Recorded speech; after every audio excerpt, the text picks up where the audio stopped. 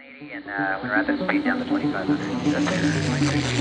Yep, point wherever you reduce speed to 180. Black Box. Hey, how's it going, everyone? Kenny Porter here, KP's Black Box. Thanks for tuning in to Season 2. This season, I'm really trying to focus on veterans, military veterans, and those who have made a transition from being in the military to, heading over into the nasty civilian life. No, it's awesome being a civilian, Luke, so don't get too down about not being with your brothers. But anyways, I've got a special friend of mine here today. I feel really fortunate. I've had two really cool dudes back to back, you and Dash Wong. So the you over here on this side of the camera is my buddy Luc Meacham, who is a veteran of the United States Navy, which is part of the Marine Corps, right? Yeah. Yeah. So Department of the Navy and the Marine Corps falls under that. The men's department. The little boys department. Yeah, the crayon eaters, right? The knuckle draggers.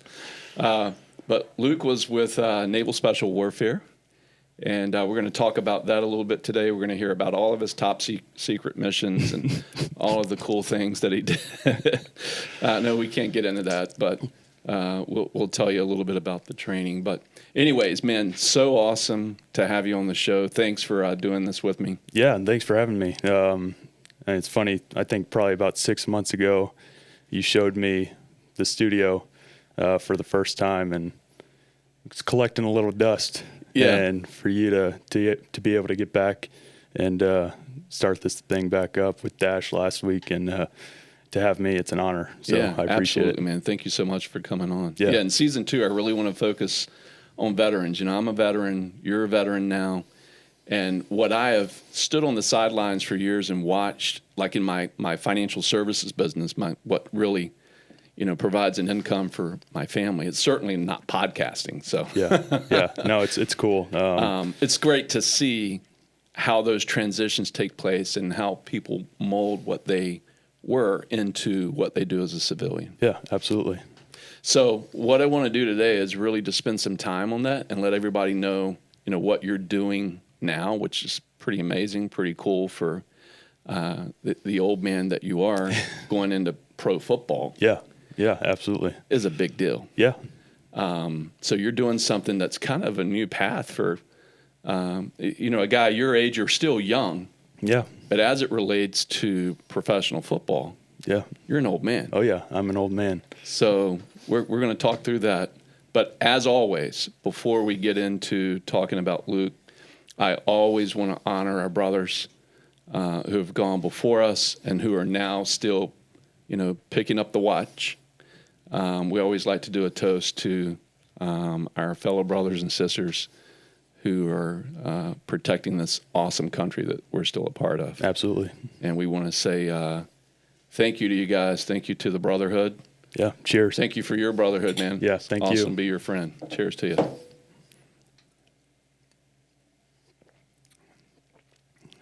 That went down pretty easy, didn't it? It's not bad. Yeah. Yeah. As I'm breathing fire. No, I love Johnny Walker Blue Label. A lot of folks out there think it's a little too peaty or, I don't know. My expertise in this field is very low, so I don't know what tastes good, what tastes bad. I mean, that was good. The warm and fuzzy is, yeah. It'll settle in over, Yeah. Nothing like a shot at 9 a.m. in the morning. Yeah, right? Got the cold plunge in, got the proper wild in, and boom. Yeah. So let's start out with that. You got me. You were my trainer. Yeah. You were working with a great institution that serves veterans called VHP, Virginia High Performance. Shout out to Alex and his team. Absolutely. Just a great group of individuals. So why don't we talk about that, but lead us into that. How did you end up at VHP? How did you end up as a fitness trainer? Where did that come from? Yeah. So I guess college, I was always into strength and conditioning, exercise science. So I got my degree in exercise science at the University of Mount Union as I was playing football there. The Purple Raiders. Right? Purple Raiders, yeah, Alliance, Ohio. I got to see the national championship with you this year. Yeah, that was tough. Pretty amazing. Tough 3 quarters. In the fourth quarter, we turned it on. And by the way, all of these kids that played with you, including yourself, no scholarship. None. No athletic scholarships. D3? Division III, yeah. So they're there because they want to be there. Oh, yeah.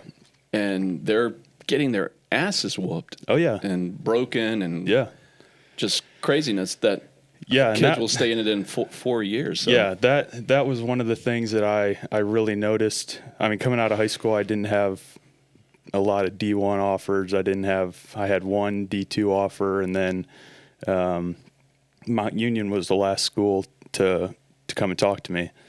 And when I went and visited, I compared that to my one D1 school that I went to and the D2. And I got there, and it's, again, everybody's there because they want to be there. There's not money being fed to you for athletic scholarships like there are at the Division I level.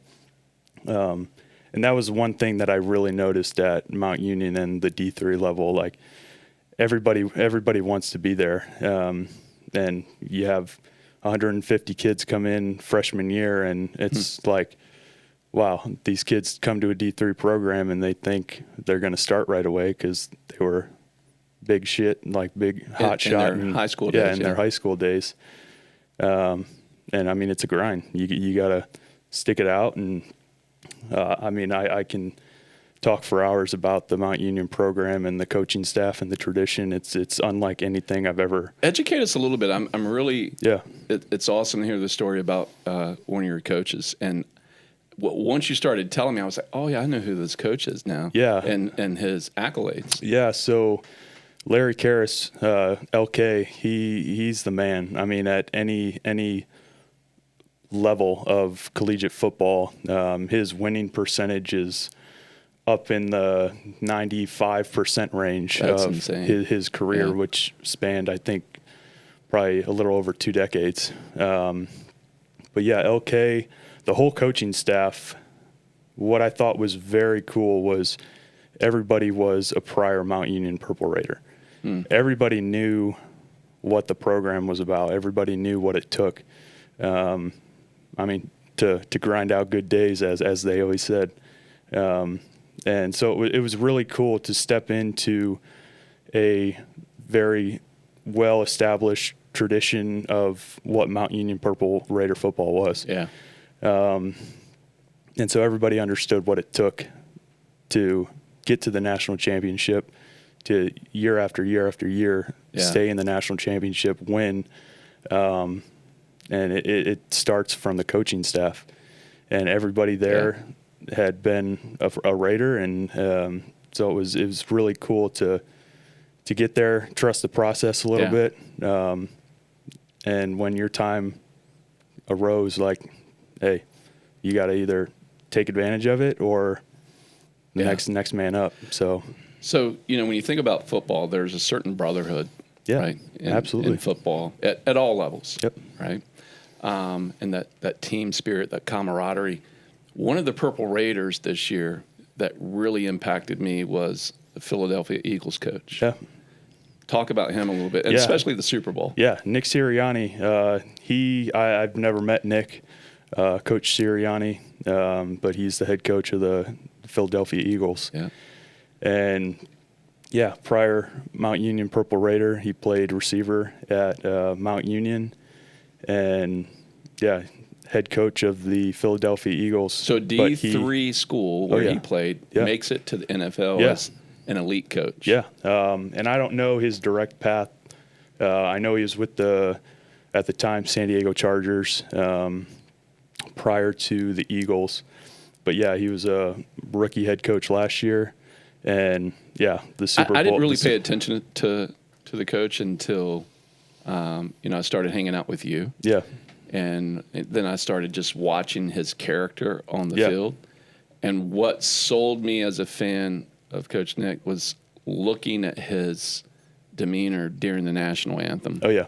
And so if you want to go back and pull that up and look at it, it's worth a watch. Yeah. Oh yeah. It was. Dude, there was like, last time I was in here with Dash, there were onions in the ventilation system, so I was getting really teary-eyed. Yeah. That dude had me in tears. Yeah, it was an impactful moment on camera on national television. Chris Stapleton, unbelievable. That was so awesome. Rendition of the national anthem, and then Nick Sirianni just shedding a tear at the Super Bowl during the national anthem. I think Whitney Houston held the title for a long time with her rendition of the national, and then Chris took it away from her. Yeah, it was pretty incredible, and it was cool to see the impact of just kind of the military and the national kind of feel for it, which we need more of right now. Absolutely.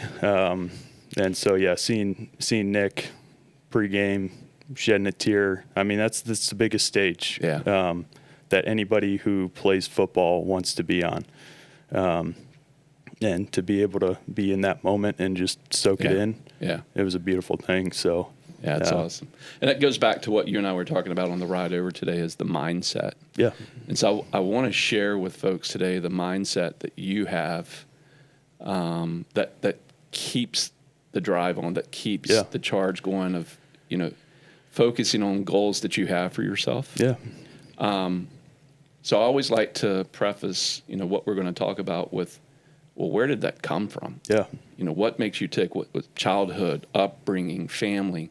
So take me back a little bit and give me an understanding about Luc Meacham as a young man. What influences were in your life that you think set the stage for who you are today? Yeah. So I'm very fortunate to have an incredible family, incredible parents. Met them. Great parents. Yeah, they're awesome. They're incredible people. Just hardworking, selfless people. And I have 2 younger brothers and an older sister, so family of 6. And honestly, like, sports or military weren't ever a big thing. With them, I had a lot of freedom to kind of do what I want. I had no pressure from my parents. Just always taught to be nice, to be a good person, be respectful, and don't try and make any enemies. And really, I got sucked into sports.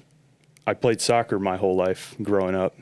Played a little baseball and basketball, but soccer was my main thing. And looking back, like the sacrifice that my parents made for me to play travel soccer all year round while having full-time jobs, and we're traveling every single weekend for tournaments.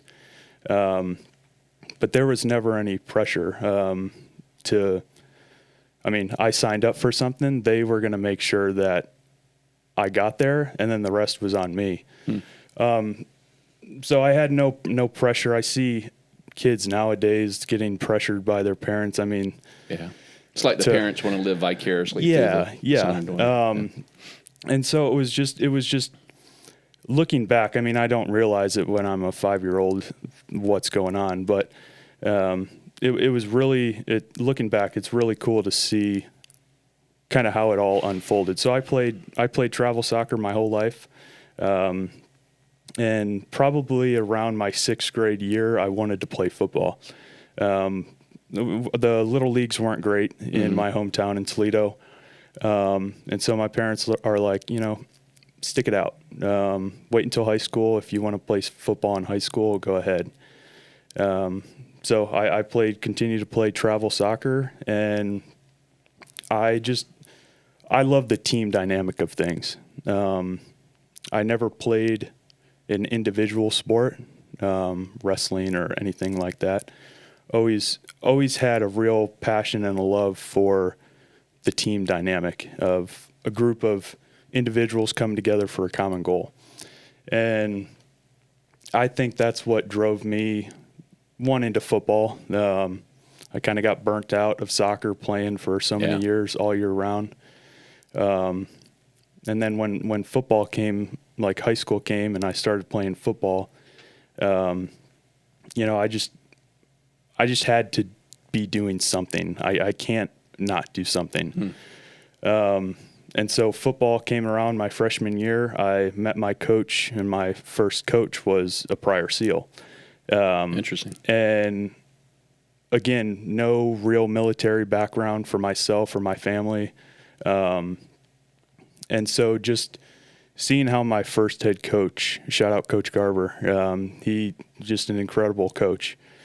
Is he still coaching today? He is still coaching, okay. Yes. And so just, I mean, the intensity turns up a little bit. One, you get in high school, but football compared to soccer, the intensity and the demand that he, I mean, the respect and everything that he demanded,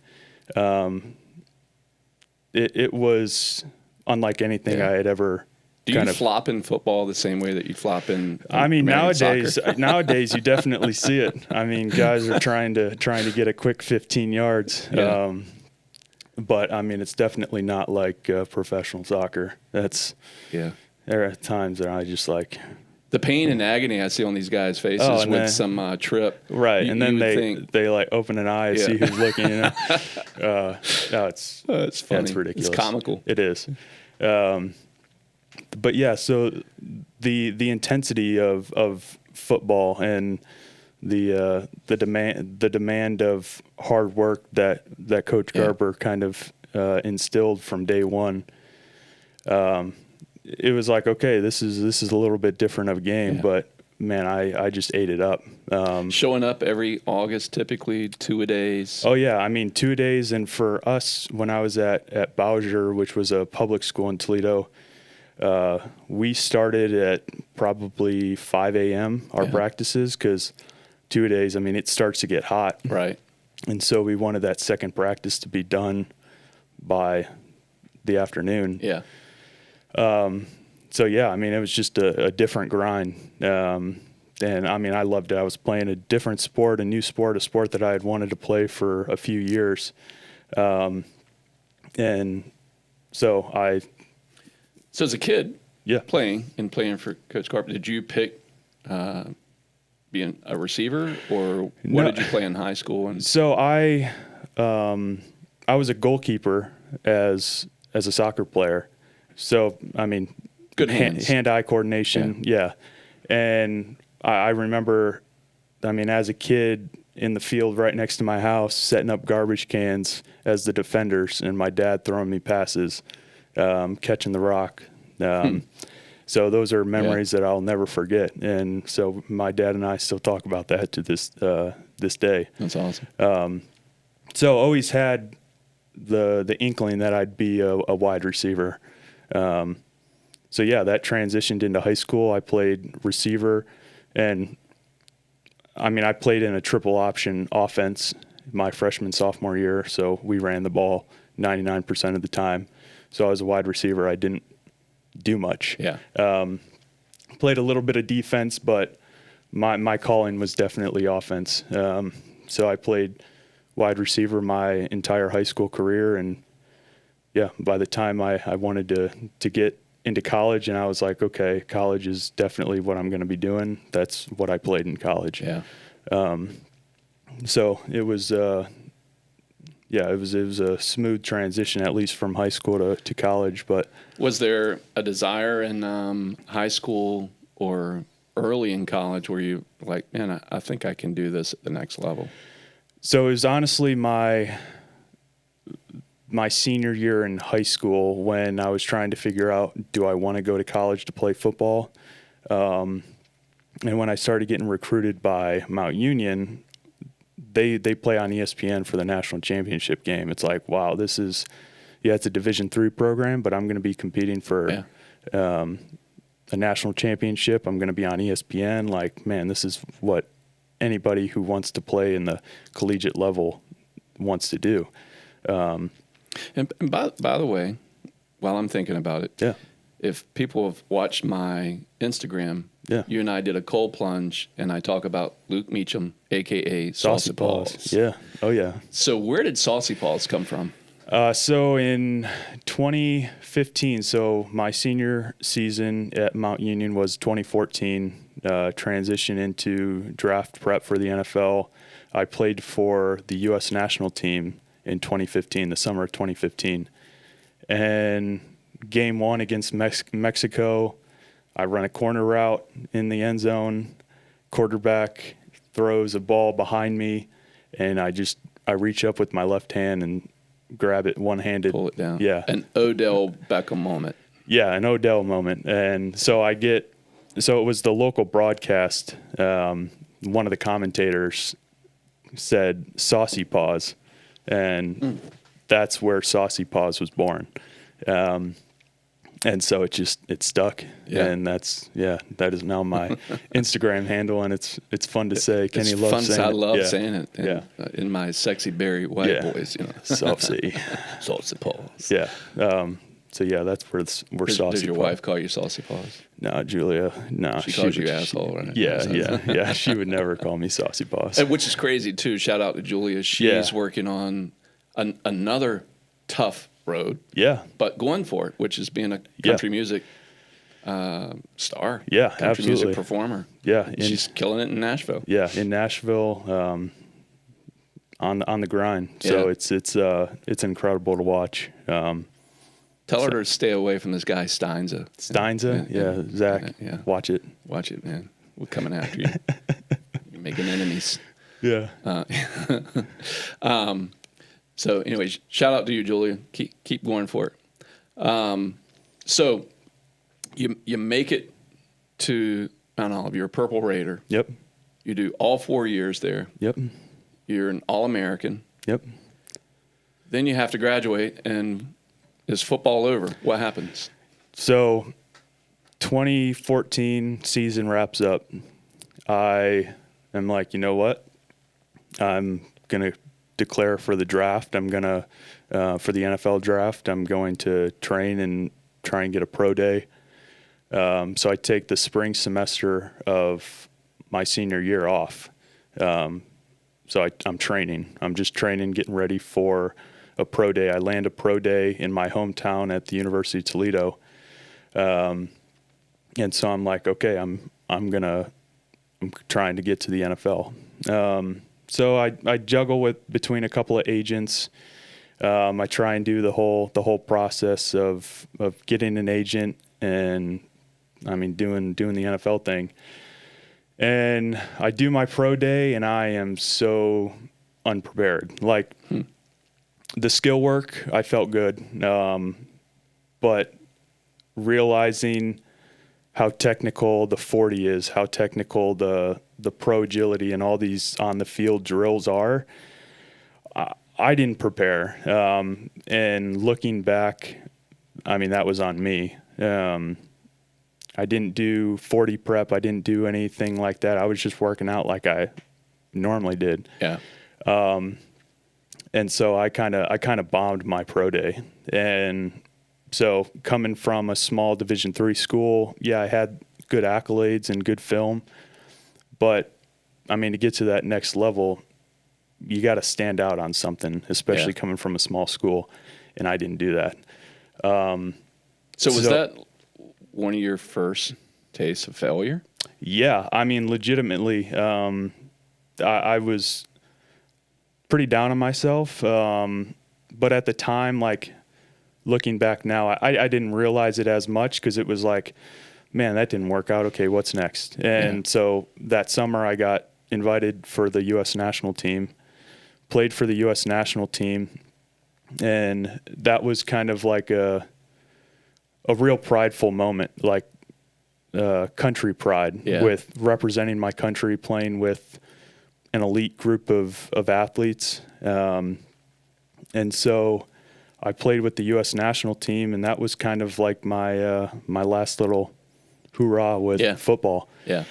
So I didn't hear anything for that 2015 NFL season, and I was like, you know what? Like, okay, what's next? That was like the first time in my life then when I didn't have football to do. I didn't have sports to do. I'm like, okay, time to get into the real world. Yeah. Can I take you back, though, to that moment at the combine or trying out for the NFL, and it doesn't work out? Yeah. I want to spend a little bit of time there in the psyche of Luc Meacham, because I think that can help a lot of people understand, well, shit, you got knocked down. Yeah. But preparation. Yeah. Was there somebody there mentoring you through that mental episode? Not really. Like I said, I had an agent, but on paper and whatever, that was my agent, but I never had the coach at Mount Union. They can't coach you really anymore. I mean, no, and I had I talked to them a little bit, but no, I really didn't have anybody, and me being the type of guy that I am, like I just really I always have to strive for something, and so it was like at that moment that didn't work out for me. And what's something else that I wanted to do? So going back, but that burning desire was still there. That 100. Oh, that spark was still in there. To pursue something bigger than myself and to pursue something great. Was still there. And coming out of high school, there was a time where I was looking at places like West Point and things of that nature. And then again, Coach Garber, being a prior SEAL. The military route always intrigued me. Playing in the with the U.S. national team, that was kind of my the fire patriotism. The patriot moment of, you know what, I need to do something hard. I need to push myself. I need to see what is that next thing. Yeah. So I went to some recruiters and started talking to recruiters. Was it going to be the Army? Was it going to be the Navy? Was it going to be the Marines? And then the thought of Coach Garber and the SEALs and SEAL team, that was it. Like, what's the top thing? What's the hardest thing that I can go and do? And that was training for buds. And so I talked to the recruiter, and that was kind of it. So I started. You went to let's just be clear. Yeah. You went to the SEALs because not everybody can be a Marine. Yeah, you know, it's hard to color in the lines. I've got the table between us here. So yeah, the lines are hard to stay between. That's but where would you? And I know I'm going off track a little bit with you sharing. This is really cool, and I appreciate you sharing all this with me. Yeah. So, you and I have done these cold plunges together. Yeah. On a scale of 1 to 10, doing hard things. Yeah. Where would you put cold plunging? 1 being not hard at all, 10 being, hey, this sucks. Yeah. I mean, it's definitely probably like an 8. Okay. I mean, being cold, nobody wants to be cold. Nobody has and you plunge every day. Yeah. And nobody has a desire to be cold. Yeah. But again, the mental aspect of it, of being able to accomplish something that sucks. Yeah. It's not going to last forever, but the benefits of being able to get in, suffer for a few minutes and get out, and that relief when you get out. Yeah, cold plunging's, it sucks. And the build up before getting in is the worst part. That mental game. Yeah. Man. I mean, I've been doing it for damn near every single day for 2 months. Yeah. And you still have a little thought in the back of your mind, like, why are you doing this? You don't need to get in here. Your inner bitch is like, I mean, you don't need to do that, you know? But as I've gotten older, the things that are going to maybe increase my longevity a little bit, or just that are healthy for me, I've become very health conscious in my decisions. And, if I got to suffer for 4 minutes a day at the very beginning of my day, I mean, for most people, that's going to be the hardest thing you do all day. And to be able to start with the victory for your mindset is huge. Yeah. And so that's what cold plunging is. I'll give you a shout out and some accolades here. You're one of the most disciplined guys I've ever met. I mean, even in the SEAL community. I appreciate that. That you have a mind that when you say you're going to do something, you do it. Yeah. Did that come from family, or is there somebody that emulated that for you, or was that just it's innate? It's definitely from my parents. I mean, my like I said, my parents are some of the most hardworking people I know, and they sacrificed everything for their kids. Yeah. and it's a beautiful thing looking back. And now that I'm old enough to kind of give back to them, like there's nothing I want to do more than to give back to my parents, because they gave me everything. Yeah. That's awesome. And come on, there's onions in here. yeah. Onions, ventilation system. Yeah.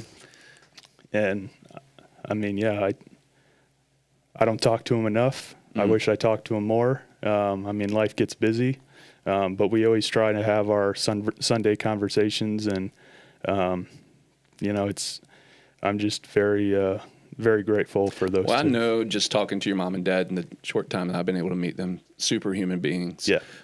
But they are super proud of you and your siblings. Oh yeah, and incredibly what you guys proud. have done.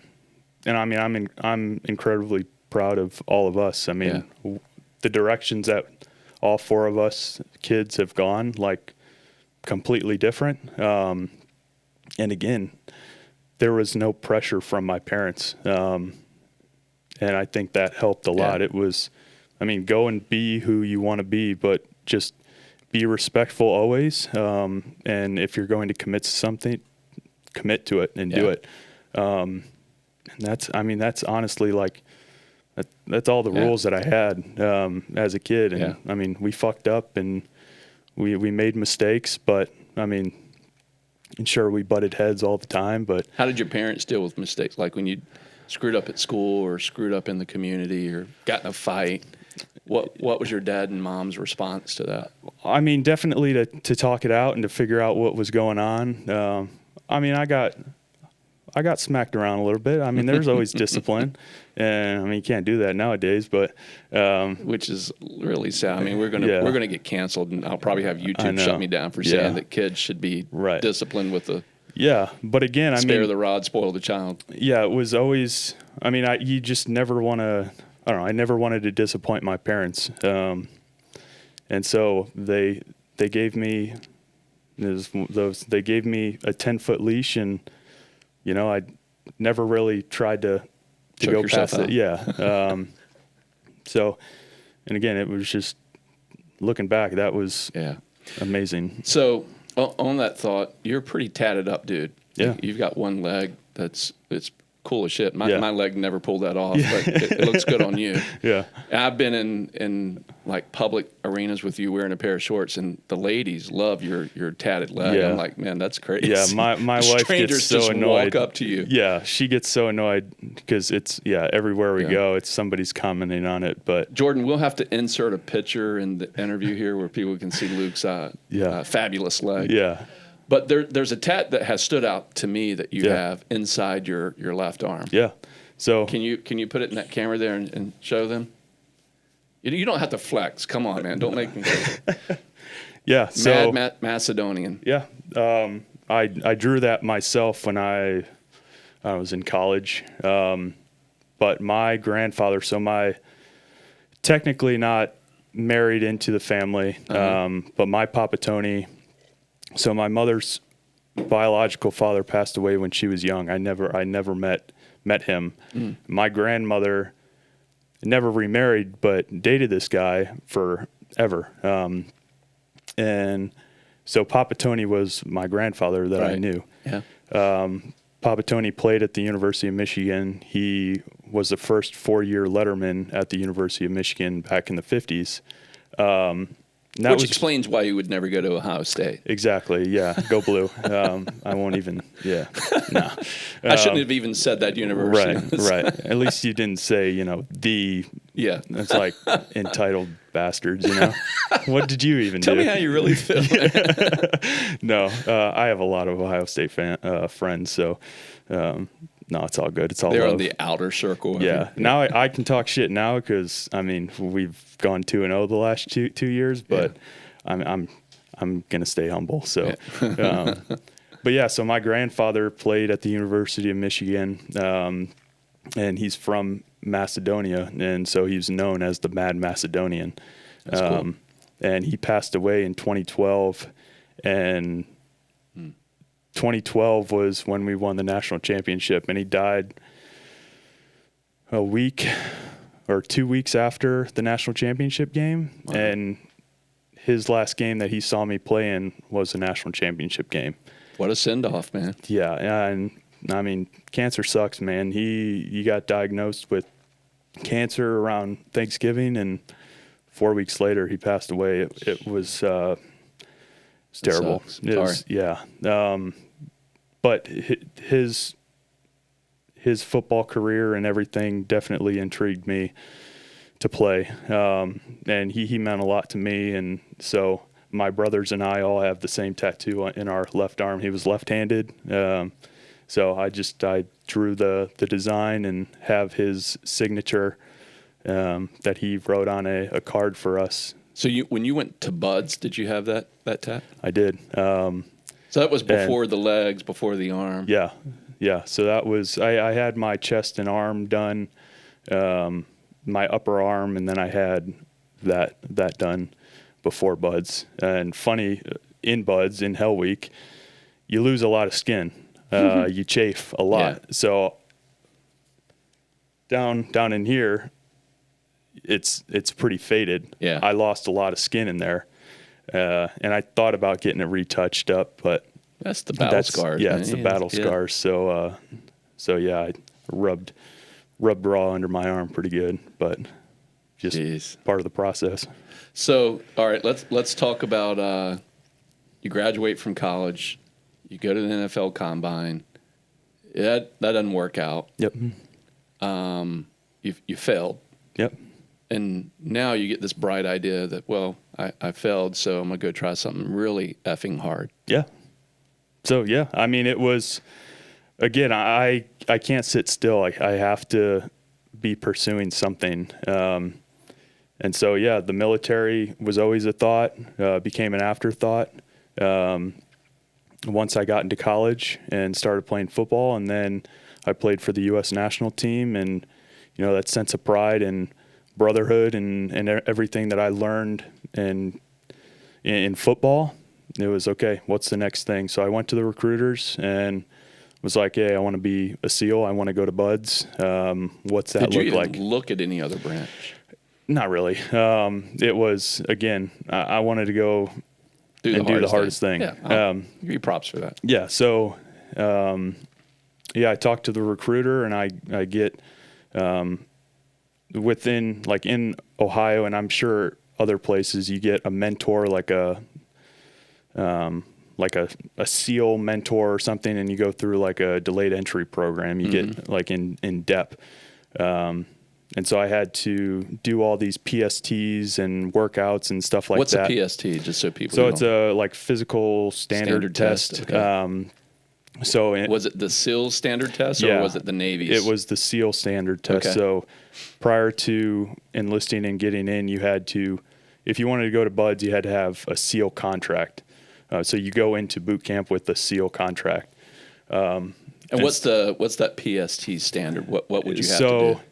It's a swim, and I can't remember how far it is, like maybe a 500-yard swim in a certain amount of time, push-ups, sit-ups, pull-ups, all in 2 minutes, and then it's a 1.5 mile run, all back to back to back. Yep, yeah. Everything's for time and for reps. And there's the minimum score, and then if you get above, I don't know, the next level of scores, you basically automatically qualify for a SEAL contract. And so I took my first one and I automatically qualified, but there was a hiccup. My eyesight was too bad.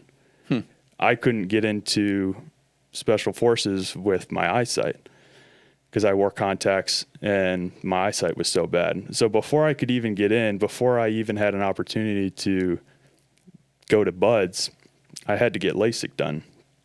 So, which is not cheap. So I started a GoFundMe page, and that's wild. I ended up getting the money I needed to pursue. And again, just because I got LASIK didn't mean I was going to be a SEAL.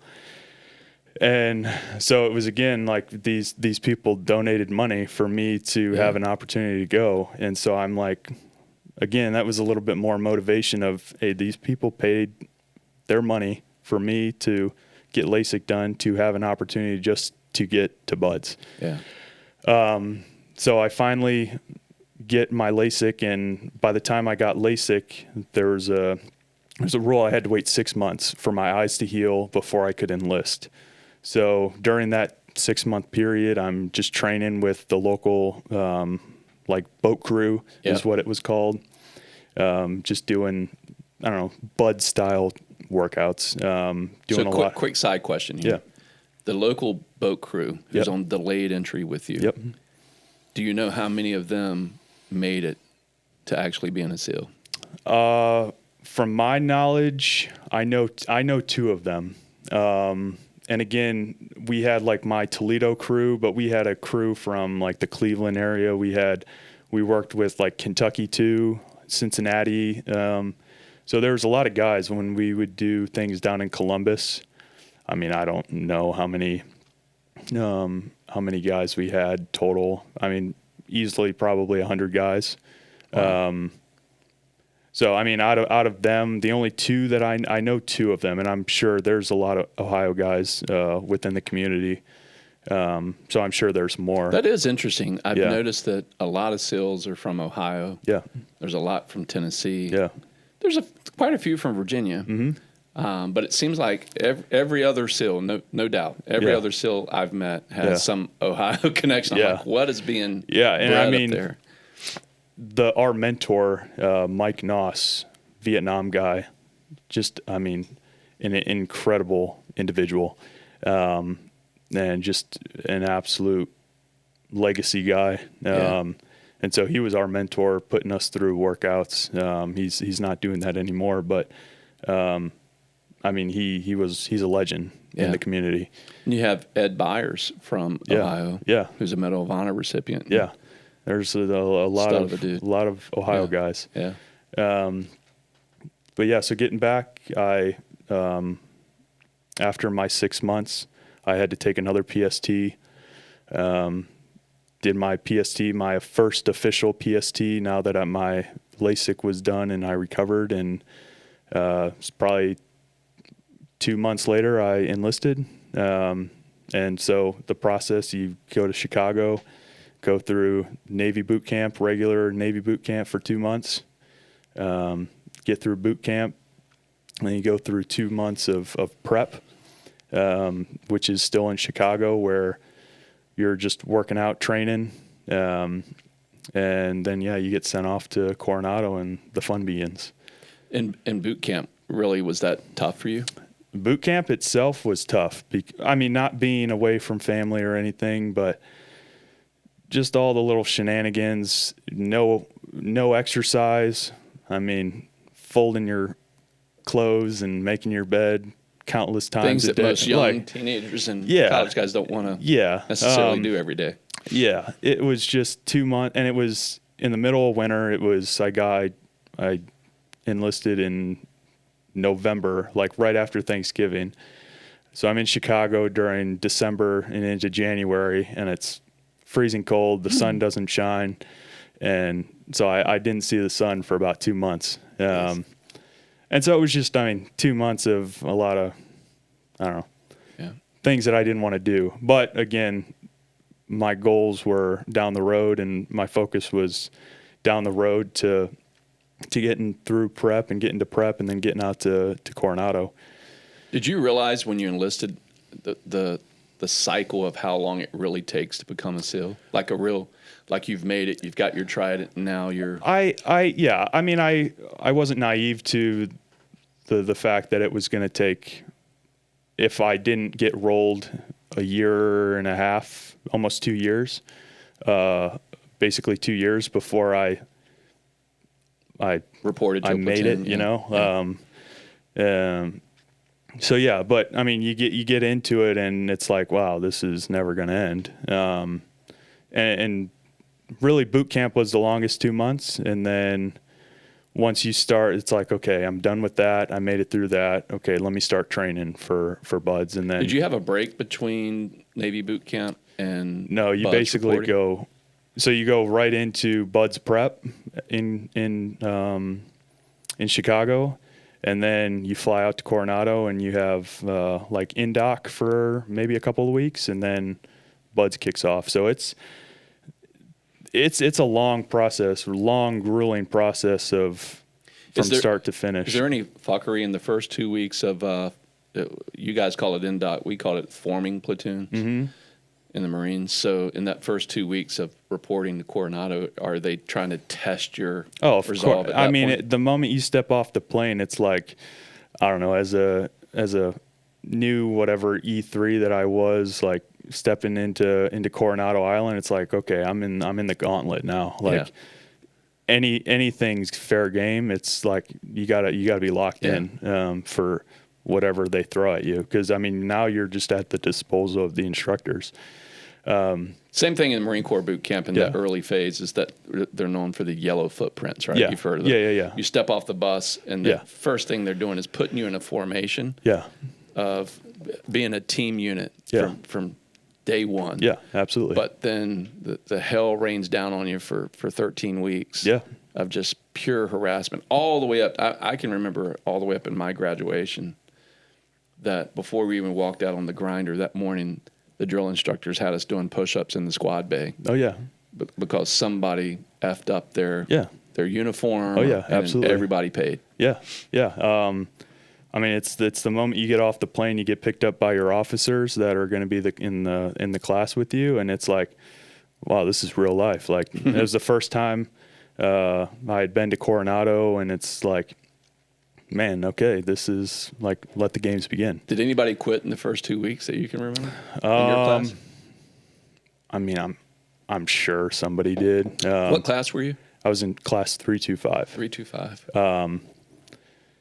So, I mean, I remember like day one of Buds and like break out on the grinder. Like, yeah, I mean, before we even ran out there, you hear the bell ringing. I mean, it's just, but you're in it, like, you know. And was there ever a point for you, Luke, where, and I've asked this question to a lot of SEALs. Yeah. Was there ever a point for you where quit entered your mind? No, not even. Nope. Not even a chance. And that's dangerous to let that creep in. Yeah, right? I mean, because you give yourself an out, you're always going to think about it. And we get a lot of like in Bud's prep before we get out there, we go through some mindset and mental like training of, hey, how am I going to kind of get through this? Like, yeah, no doubt it's going to be physically hard and taxing, but man, the human body can be pushed so far. Your mental state's going to break first. Would you put Buds? We talked about that scale earlier, 1 to 10. You put cold plunge at 8. Yeah. Is Buds at 10 it's for you, a 10. Or is it 10 plus? I mean, it's a 10 for sure. I mean, what I didn't really realize at the start was, I mean, it's 6 months of nonstop high stress getting after it. And you got to be locked in, because the first 4 weeks, week 4, it's hell week. Yeah. Like those first 4 weeks is where those numbers are cut. They're getting the week out. Yeah. Cream of the crop, right? Yeah. I mean, and so you started with how many in your class? Man, my class was, I would say probably between about 225, about 200. Really? Yeah. And how many so finished? out of those, there was 11 or 12 of us that made it all the way through start to finish. So wow. Not the recycles or correct. Okay. Yeah. So not the rollbacks or anybody. But yeah, we were OG 325 guys. There was, I think, a dozen of us that made it start to finish. Less than 10%, 5% you're talking about? Yeah. Yeah. I mean, it's a no joke. So and 5% of the original class, how many of the rollbacks or the med guys that, came in, how many graduated? With me? Yeah. There were, I think I want to say there were maybe like 30 of us, 35. That's still insane. Yeah, that graduated. I could be wrong. I mean, but again, it was not that many. I mean, that's the nature of it, and that's the beauty of it, and that's that's what drove me to do it. Because again, it's the pinnacle of American military training and training in the world. Yeah. And so that's what drove me to want to do it, along with other things. But again, how I am, I have to continuously strive. Now, people would look at you and go, Luke, you're a really fit guy. Yeah. You're 6'2", 210, 215. You're, and I'm sure you were at peak fitness through buds, and maybe losing a little bit because they're just thrashing you. Yeah. So they go, oh, it's easy for you. Yeah. And the reason I bring this up is I've seen some guys who I know personally, and I don't want to call out anybody and call them small in nature. Yeah. But I know some really small guys. Yeah. And that, like you see them on the street, you're like, you were a SEAL? Right. Right. And that was one of the things that was so kind of beautiful about the process. 'Cause I mean, you see the Hollywood guys and you're like, oh yeah, you look exactly like them. You look like the Hollywood SEAL, whatever. But that's just not. Is there one small guy in 325 that stands out to you that you can share with us? Like, yeah, I mean, so a kid that he was fresh out of high school, kid from Massachusetts. He was in my boot camp class, and he was one of the OG guys that made it through with me. And he was just this little asshole kid. I mean, legitimately, I couldn't stand like, just kind of outspoken and goofy and, not physically like, I don't know, physically gifted. He was probably 5'8", and nothing crazy. But again, he was tough as nails, your average man. Joe, right? Yeah, like he was tough as nails. And I remember specifically, I had a D1 linebacker, who was just a physical specimen on the logs with me. Day one of Hell Week, he's gone. Absolutely. And then you've got guys that are from middle of nowhere, come from nothing, just working dudes that, I mean, are not physically gifted at all. And 18 fresh out of high school, and they make it through. And it's like, man, there's no cookie cutter team guy, like, which is a beautiful thing. Everybody's background are completely different. And that's what makes that community. That's what makes the military so beautiful too, is if you've got people from all over the world, all over the country, different backgrounds coming together for a common goal. Same I'm going to thing. be political with you then. Yeah. Do you think it matters whether you're a female or male? Should a female be a SEAL? I don't care as long as the standards aren't changed. If you don't lower the standards, if you can uphold the standards and make it through, of course. I mean, there are plenty of badass women out there that can make it through. And you and I know a guy that talked about a woman that worked over at Damneck, and this guy who was a team guy and over there, like, he trusted his life with her. Of course, there's plenty of women out there that can do it. And, you know, at the end of the day, we're training for war. Right. We're training to be, who knows, doing whatever. Scaling the side of a mountain to diving at the unknown depths. Yeah. If I can trust you with my life and you trust me with your life, by all means, I do not care. Yeah. But I mean, you start throwing in the political stuff and trying to get a woman in to lower the standards. That's where you ask anybody in the community, they'll have an issue. But I would say 99% of the guys in the community they do not care. If you can trust me and I can trust you, at the end of the day, doesn't matter.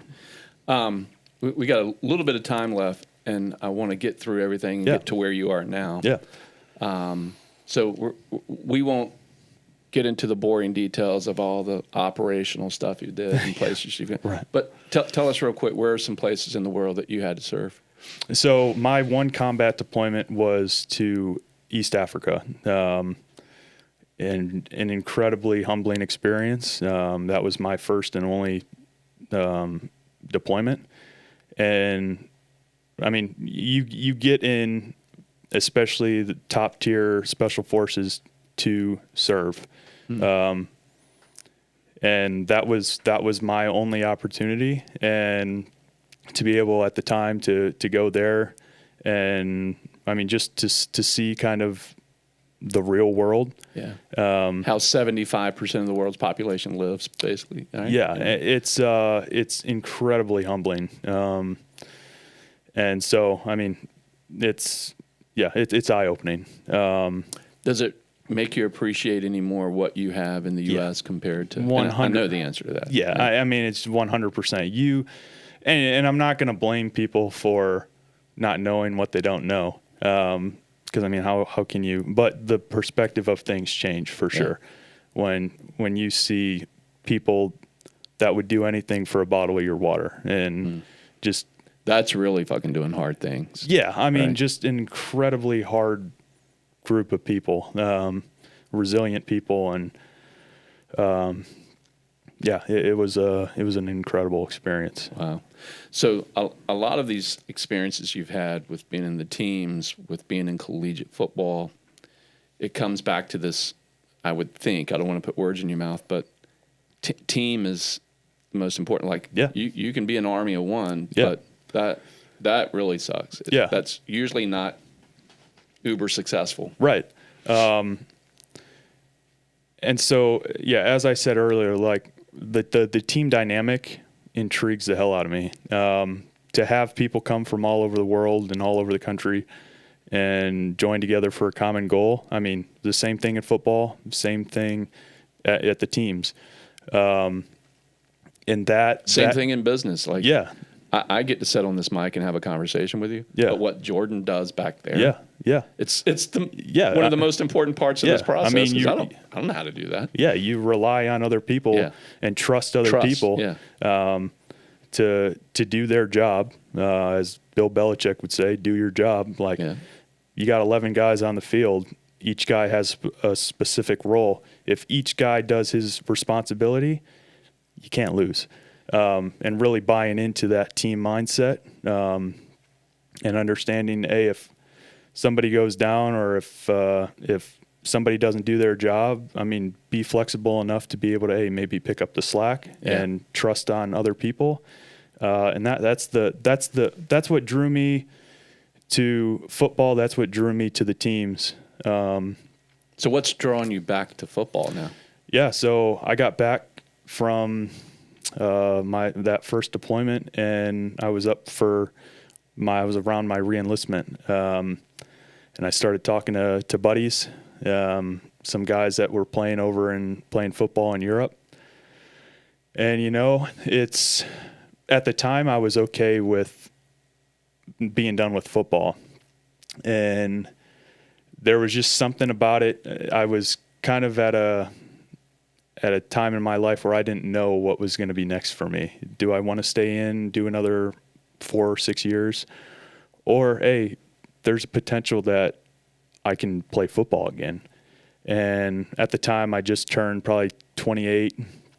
And I'm like, my time's ticking for football. I'll be 30 when I'm out. I mean, you have guys like Tom Brady, you see, that are pushing in their 40s that are playing. Yeah. And you're like, you know what? I got to make a decision. Am I going to re-enlist, or am I going to try this football thing? One more time. And I had to think about it a lot. I had ankle surgery right after I got back from deployment and going through rehab. And I'm like, you know what? I got to figure this out. So. And by the way, the Navy's got 4 years to yank you back, right? Yeah. So, my time. That's the inactive status we're talking about. My time, I was at a time crunch. And so I started reaching out to some teams, and a team in Germany I talked to about a little over a year ago, and there was interest. And I'm like, you know what? Is this what I want to do? And so started talking, and I'm like, yeah, you know what? And again, my mindset, once I set my goals on something, it's all right. It's time. Lock it in and get it there. I was very fortunate my last year of service, have some really incredible guys at the helm to allow me to do some things. Yeah. So started training, And yeah, so I started talking to this German team, and shout out Coach Tomlin, who I'm getting ready to go and play for in Braunschweig, Germany, for the New Yorker Lions. Nice. So I started talking to them, and I was getting ready to sign with their team halfway through the season last year, and had one signature to go, and it just didn't work out because I was still active duty. And I felt really bad. Yeah. Because they had just cut their guy that I was going to replace. And, you know, I was talking to the team, getting into the playbook. And so, yeah, I didn't sign with the team then. And then I started to train at Virginia High Performance, and had an opportunity to go down to Miami and train with a guy named Pete Bomarito, who's world-class combine prep guy, NFL trainer, MLB, whatever, all professional sports. And kind of threw myself in the fire, like surrounded by top-tier guys, to see kind of if I can hold my own weight.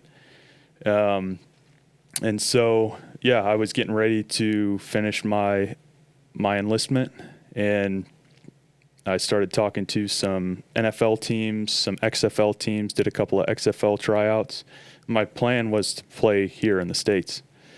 But, you know, the way things happened, it didn't work out. And always was in contact with Coach Tomlin at the New Yorker Lions. And so the XFL draft took place. I didn't get a call for training camp. I texted Coach Tomlin. I was like, Coach, I want to play for you. If there's interest, let me know.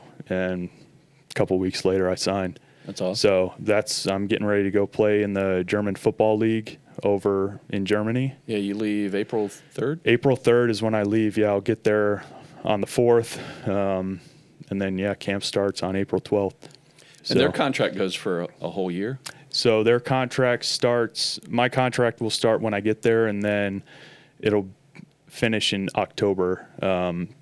So it's just a 1-year contract, or 1-season contract.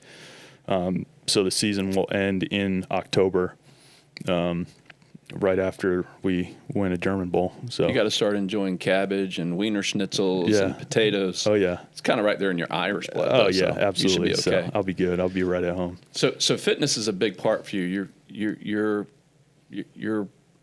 I know you're physically prepared for this. Yeah. You've got the mental state for it. Yeah.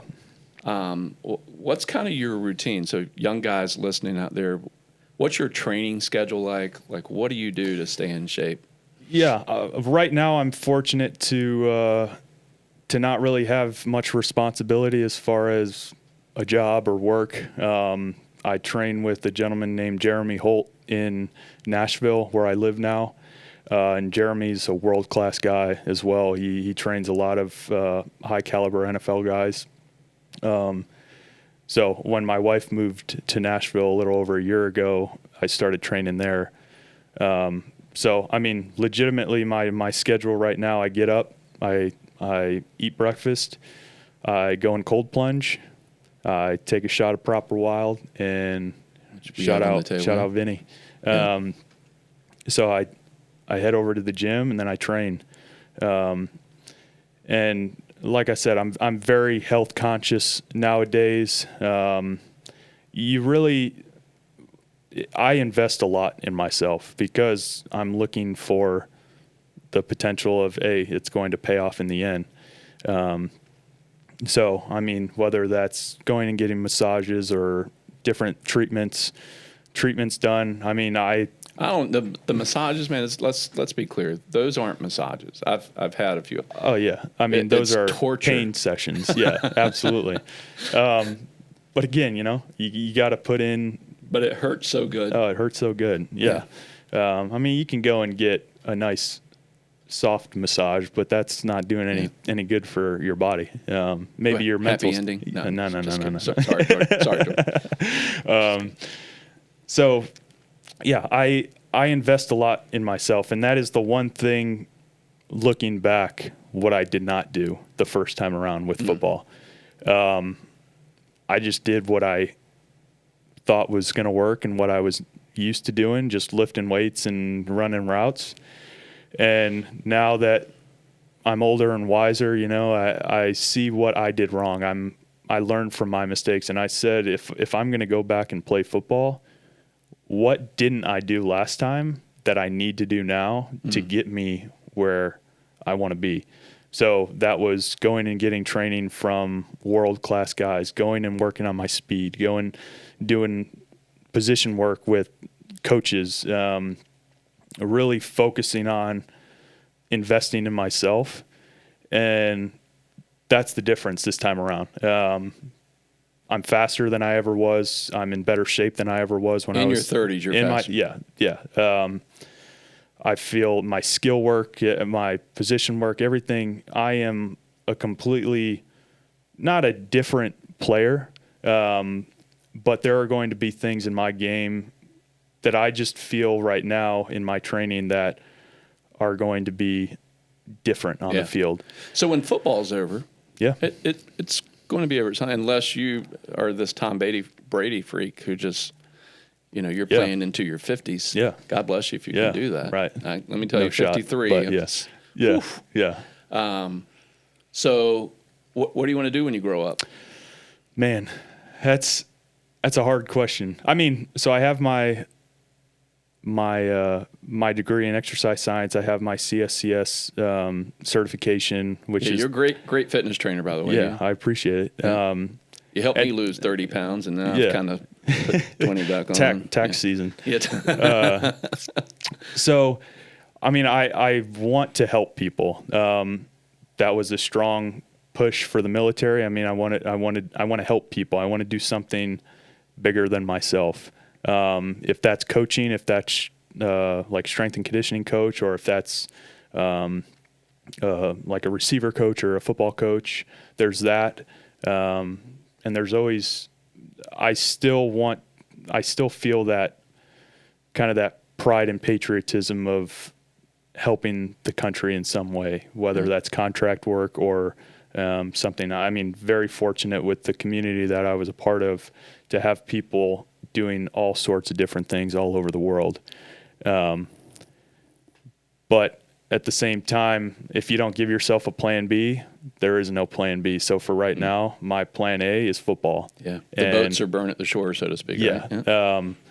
So, I mean, there's things that I can do when it's over. But right now it's football, and I have an opportunity to go play professional football in Germany. But, if it is a career over in Germany, it's a career over in Germany. But let's be honest, I'm going to play in the NFL. That's my dream. That's my goal. And this is step one to getting back there. So what I'm hearing from you is if a young lady's watching this, is create routine. Yeah, 100%. Create habits or create processes that turn into habits. Yep. And then have the mindset of you can do it. Yeah. You just go do hard things. Yeah. And stay focused on the end state of what you want. Yeah, absolutely. To get from where you are to where you want to be. Yeah. It's 90% mindset. I would even give it a little bit more of 95, maybe 97% mindset. Like that's all it is. And so you got to take that leap. You got to be scared at times. You got to understand there's a lot of unknowns, but I didn't want to live with regret, you know? And looking back when I was getting ready to start playing football again, there was things that I learned now that, I regretted not doing a lot of things, but I'm very fortunate to have this opportunity right now to kind of clean up my regret a little bit. Yeah. So take advantage of these opportunities that you have. If you're on the fence about chasing a dream, do it. Get off the fence. Get off the fence, and just the worst thing that can happen is it doesn't work. Yeah. But you can live with yourself knowing that you tried. And I mean, I'll shout out my wife, Julia. Like, she took that leap and she moved to Nashville by herself to chase music, which is a very, like football, it's very thin funnel. Yeah, absolutely. Yeah. And Nashville is the place to be for music. And so she was on the fence, and I mean, we've been long distance 75% of our relationship, and it's scary to be a woman by herself in Nashville where you're trying to make it. Yeah. And she's done it. She's crushing it. Yeah. So Awesome. I'm super proud of her. And so again, like the worst thing that can happen is it doesn't work out. But I'd rather know that I failed doing what I wanted to do than regretting not trying. Yeah. So There's a book out there called Falling Forward or Failing Forward. And, that really impressed upon me is that, to your point, there's nothing worse than looking in the mirror 10, 15, 20 years or days later going, I should have. yeah. And, the boat has sailed, so to speak. Yeah. So, I mean, I salute you for going for it. And I'm cheering for you. I appreciate it. And I'm actually going to see you play. Yeah. We talked about it this morning, I think in September. Yep. We'll come out for your last game. And what I would love to do is interview you again Yeah. at the end of the season. Absolutely. And let's talk about the journey. Yeah, absolutely. And give us a report card on how it went. And again, a shout out to Vince Bradley, who started a company. Yeah. Which not easy to do. No. Wasn't in the space. He was a Division I hockey player. Shout Injured out his University neck. of Michigan. He's Yep, a there Michigan you go. man. That's exactly right. Yeah. He created this company solving a problem, which was he was drinking all these crazy energy drinks, and it ended up making him sick. Yep. And so I learned about Vince and Proper Wild through a relationship with an investment advisor that I work with. And so, in full disclosure, I'm an investor in this company. But just at the end here, let's give Vince a shout out. Tell me, you have a routine now with taking Proper Wild. Yeah. And you're not a paid sponsor. You're not. No Yeah. paid partnership Hopefully, at all. Vince, come on. Yeah, come on, man. Give the boy some love. No, so I mean, different pre-workouts, coffees, the whole nine. Like I've done it all. Coffee, I started having sometimes stomach issues. Like it's acidic. Yeah. I have some issues. And as I've gotten older, becoming more health conscious, trying to cut out all the added sugars and all the bullshit that gets put into these processed things. And so you told me about Proper Wild. I looked into it, completely clean, all natural, plant-based. And with the caffeine and the L-theanine, you don't get the jitters. I mean, it's a super clean, easy, convenient. I fly with them. You can store them warm or you can store them cold. Yeah. It's been pretty unique. a complete game changer. And I've put a lot of my friends and family on to Proper Wild. My wife loves them. She's got stomach issues. She can't handle caffeine, but Proper Wild's been perfect for her. That's awesome. So as a clean, healthy alternative, I mean, people need caffeine. Caffeine's a great supplement. Right. And so helps get you through doing hard things. Right. Absolutely. And with the focus and the jitter-free clean energy that I get with Proper Wild, I mean, it's been a game changer. And I take it every day in the morning after my plunge, and it's been a perfect recipe for Vince's a really cool guy. He gave you a bunch of product that you're going to take to Germany with you and use during the season. Yep, so. I'll have it in Germany, and so it's become part of my routine. Yeah, so check them out, properwild.com. Thanks for joining us today with Luc Meacham, a.k.a. Salsa Paws. Salsa. Dude, love you, man. Yeah, love you too, Kenny. Thank you for coming and spending some time with me, and we'll keep in touch and see how the season goes. Sounds good. Thank you. See ya.